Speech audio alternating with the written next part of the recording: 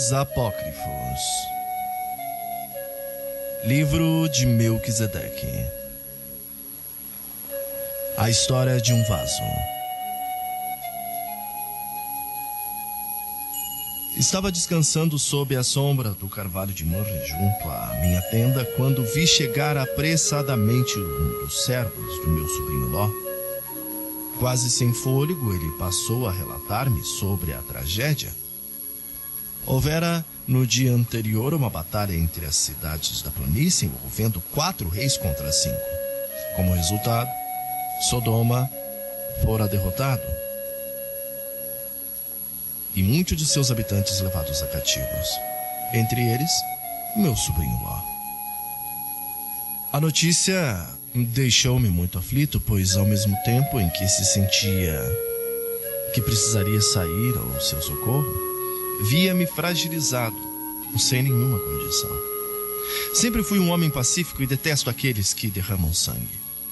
Tenho muitos servos, mas poucos sabem manejar espadas e lanças, pois desde a infância são treinados como pastores. Em lugar de espadas e lanças, eles manejam bordões com os quais conduzem os rebanhos. Em lugar de escudos, eles carregam vasos em suas cinturas, sempre cheios de água fresca, para matarem sua sede e refrigerarem as ovelhas aflitas. Em lugar de vinho, para se embebedarem, carregam presos em seus cintos pequenas botijas com azeite das oliveiras, com os quais untam as feridas do rebanho. Em lugar de ressoantes trombetas, eles sopram pequenos chifres, com os quais convocam o rebanho para o curral. Imaginando como seria um combate entre os meus servos e os exércitos daqueles 5 reis conquistadores, eu comecei a rir. Enquanto gargalhava, a voz daquele que sempre me guia soou aos meus ouvidos dizendo: Abraham, Abraham, não menospreze os instrumentos dos pastores, pois santificados pelo fogo do sacrifício, haverão de conquistar o grande livramento. O Eterno passou a dar-me as ordens, fazendo-me avançar pela Emuná, sem saber como tal livramento haveria de realizar-se.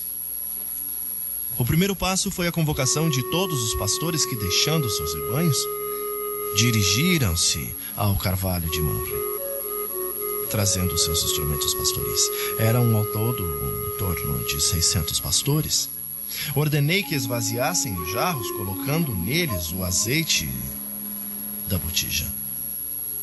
Depois de cumprirem essa ordem, pedi que tomassem cada um a lã de uma ovelha, misturando-a com o azeite dos jarros. Depois dessas coisas, o Eterno mandou-me tomar um grande vaso de barro, enchendo-o até metade com o azeite das oliveiras. Ao concluir essa tarefa, o Criador mandou-me fazer um longo pavio de lã, enfiando a metade dentro do azeite e deixando a outra parte presa acima do vaso. Depois dessas coisas, o Eterno ordenou-me acender o pavio com o fogo do altar. Ao aproximar-me do fogo sagrado que ardia sobre o sacrifício da manhã, uma pequena fagulha saltou para o pavio e pouco a pouco se foi alimentando do azeite, até tornar-se uma labareda que podia ser vista de longe. Com o vaso nos ombros, comecei uma caminhada rumo às cidades da planície, sendo acompanhado pelos pastores. Logo começaram a surgir escarnecedores que, ao verem-me com aquele vaso incandescente em pleno dia, e então passaram a dizer que eu ficara louco. Ao espalhar essa notícia, muitos vieram ao meu encontro trazendo conselhos para que eu abandonasse aquele vaso, que seria capaz de destruir toda a minha reputação e dignidade diante de todos eles. Quando eu lhes falei sobre os exércitos e sobre a minha missão juntamente com os pastores, eles concluíram que eu, de fato, ficara louco. Tentaram tirar-me o vaso pela força, mas agarrando-me a ele, impedi que o tirassem de mim. Envergonhados diante de tudo isso, muitos pastores começaram a se afastar. Alguns retornaram para as suas tendas, enquanto outros se uniram àqueles que riam do meu comportamento estranho. sentindo-me sozinho com aquele pesado vaso sobre os ombros. Agora comecei a angustiar. Ansiava encontrar alguém com quem pudesse compartilhar a minha experiência. Mas todos me lançavam olhares de reprovação. Lembrei-me de Sara, minha amada esposa. Em obediência à voz do Eterno, havíamos trilhado por muitos caminhos, estando Sara sempre ao meu lado, animando-me a prosseguir mesmo nos momentos mais difíceis. Com certeza, Sara me traria consolo e forças para continuar agora, firme, conduzindo o vaso da salvação.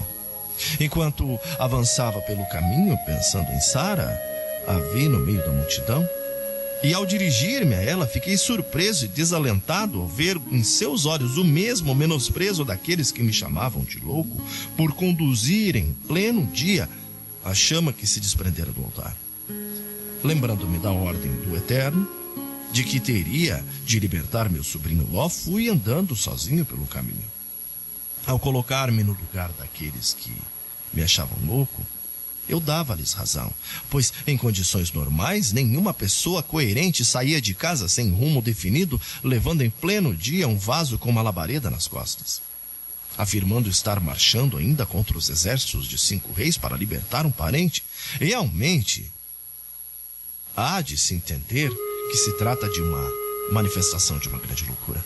Mesmo assim, a despeito de todas as humilhações e palavras que falavam contra mim, eu avançava rumo ao vale desconhecido. Toda aquela zombaria foi finalmente diminuindo à medida que eu me distanciava do Carvalho de Mar. Começaram a sobrevir ao meu coração muitas dúvidas quanto ao meu futuro. Ficava às vezes aflito com o pensamento de toda a minha experiência, desde a convocação dos pastores até aquele momento. Poderia ser de fato uma demonstração de uma loucura. Cheio de dúvidas, comecei a pensar na possibilidade agora até de abandonar à beira do caminho um vaso, retornando para junto do altar. Estes eram os conselhos de alguns pastores e amigos que, condoídos da minha solidão, ainda vinham ao meu encontro, aconselhando-me a retornar. Ali diziam, eu poderia conquistar novamente a confiança dos pastores, voltando a ser, quem sabe, até mesmo sacerdote honrado como outrora. Sobre o altar, diziam, havia um fogo muito maior que aquele que eu carregava nos ombros. Estava a ponto de retornar quando Sara veio ao meu encontro, contando-me sobre o desprezo que muitos pastores lançavam contra mim. Ela estava consternada, pois toda aquela desonra recaía também sobre ela, a ponto de não sentir mais desejo de permanecer junto daquele altar. Depois de alertar-me, Sara passou a falar-me de um plano. Poderíamos, quem sabe, nos mudar para uma cidade distante, onde esqueceríamos todo aquele vexame, esquecendo-me da voz que me mandara seguir rumo à planície. Respondi para minha esposa que eu estaria disposto a acompanhá-la para qualquer lugar, se ela permitisse que eu levasse o vaso. Ele seria o nosso altar, aquecendo e iluminando nossas noites com a sua chama. Ao ouvir sobre o vaso, Sara voltou a irar-se, afirmando não entender minha teimosia em continuar levando sobre os ombros aquele símbolo de vergonha e desprezo. Depois de dizer tais palavras, voltou-me às costas, retornando para a tenda.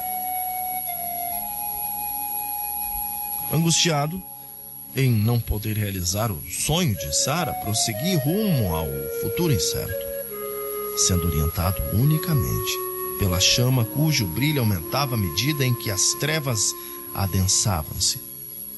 Comecei então a meditar sobre aquela chama que acompanhava-me com o seu brilho e calor. Eu estava acostumado a ver o fogo sagrado entronizado sobre um grande altar de pedras, em meio aos louvores de muitos pastores, dentre os quais eu me destacava como mestre sacerdote. Naqueles momentos de adoração, eu me vestia com os melhores mantos e fazia questão de realizar o sacrifício somente quando todos os meus servos estivessem reunidos ao meu redor para que ouvissem os meus conselhos e advertências. Na hora do sacrifício, eu erguia para o céu minha espada desembainhada e com palavras amedrontadoras proclamava a grandeza do Eterno de todos os exércitos, o grande Elohai Todo-Poderoso, que domina sobre os céus e a terra. Vibrando a espada no ar, no movimento ameaçador, eu representava diante dos meus pastores a imagem de um Elohim severo, que estava sempre pronto a revidar qualquer afronta. Depois dessa demonstração de soberania e poder, eu pegava uma ovelha das mãos de um pastor e a amarrava sobre o altar para que ficasse bem patente a ira divina. Eu pisava sobre seu pescoço, golpeando severamente até vê-la perecer. Naquele momento eu descia do altar e ficava esperando pelo fogo sagrado que jamais deixou de manifestar-se sobre o sacrifício. Eu aprendera desde a infância a reverenciar o fogo sagrado, crendo ser ele uma revelação visível do Eterno, o grande Elohim. Até então, eu o vira como um fogo único, indivisível. Agora, ao transportar em humilde jarro a chama que se desprendera do altar, meus pensamentos agitavam-se com o surgimento de um novo conceito sobre o Criador. O conceito de um Elohim sofredor, que é capaz de desprender-se do grande Criador, representado pelo fogo sagrado para acompanhar o pecador em sua jornada. Arrependido, prostrei-me diante do vaso e chorei amargamente. Tinha agora consciência de que todo o zelo demonstrado junto ao altar tinha por finalidade a exaltação de meu orgulho e não do amor daquele que me acompanhava pelo caminho.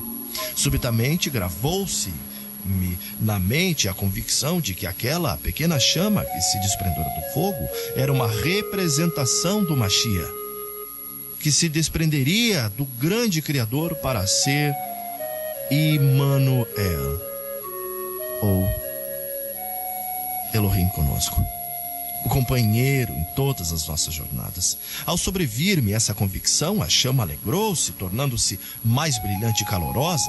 Com o coração transformado, prossegui pelo caminho rumo ao vale, levando nos ombros o jarro que trouxera-me, depois de tanto desprezo, a alegria de uma nova revelação sobre o caráter do Criador.